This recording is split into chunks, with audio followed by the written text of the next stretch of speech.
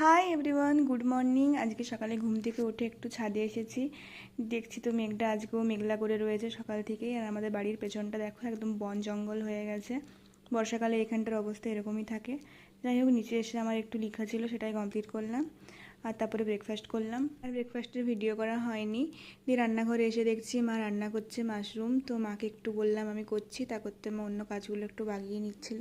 এখন জানি না কি হয়েছে, আমি প্রায় দিনেই ভিডিও ক্লিপ নিতে ভুলেই যাচ্ছি। তারপরে স্নান করে লাঞ্চ করতে চলে এসেছি। লাঞ্চে ছিল ভাত, শাক ভাজা, ডাল, পোস্ত আর ওই মাশরুমের তরকারিটা। তো খেয়ে উঠে একটু রেস্ট নিচ্ছিলাম। আর আজকে তো মা অনেক কেচেছে। সকালে মেঘলা হলেও দুপুর দিকে ওয়েদারটা ঠিক হয়েছিল। দেন আমি চুটকি মেরে সব গুছিয়ে নিলাম যেগুলো মা আজকে কেচেছে। সন্ধ্যেবেলায় চায়ের সাথে পাঁপড় ভাজা খেলাম। দেন আমার তো অনলাইনে ক্লাস ছিল, সেটাই করছিলাম। কমপ্লিট হয়ে যাওয়ার পর এসে দেখি মা আলুর পরোটা করছে, তো সেগুলোই মাকে বেলে হেল্প করলাম। আর আজ ডিনারেতে ছিল আলুর পরোটা, তরকারি আর মিষ্টি। তো আজ এইটুকুই, দেখা হচ্ছে নেক্সট ভিডিওতে। টাটা।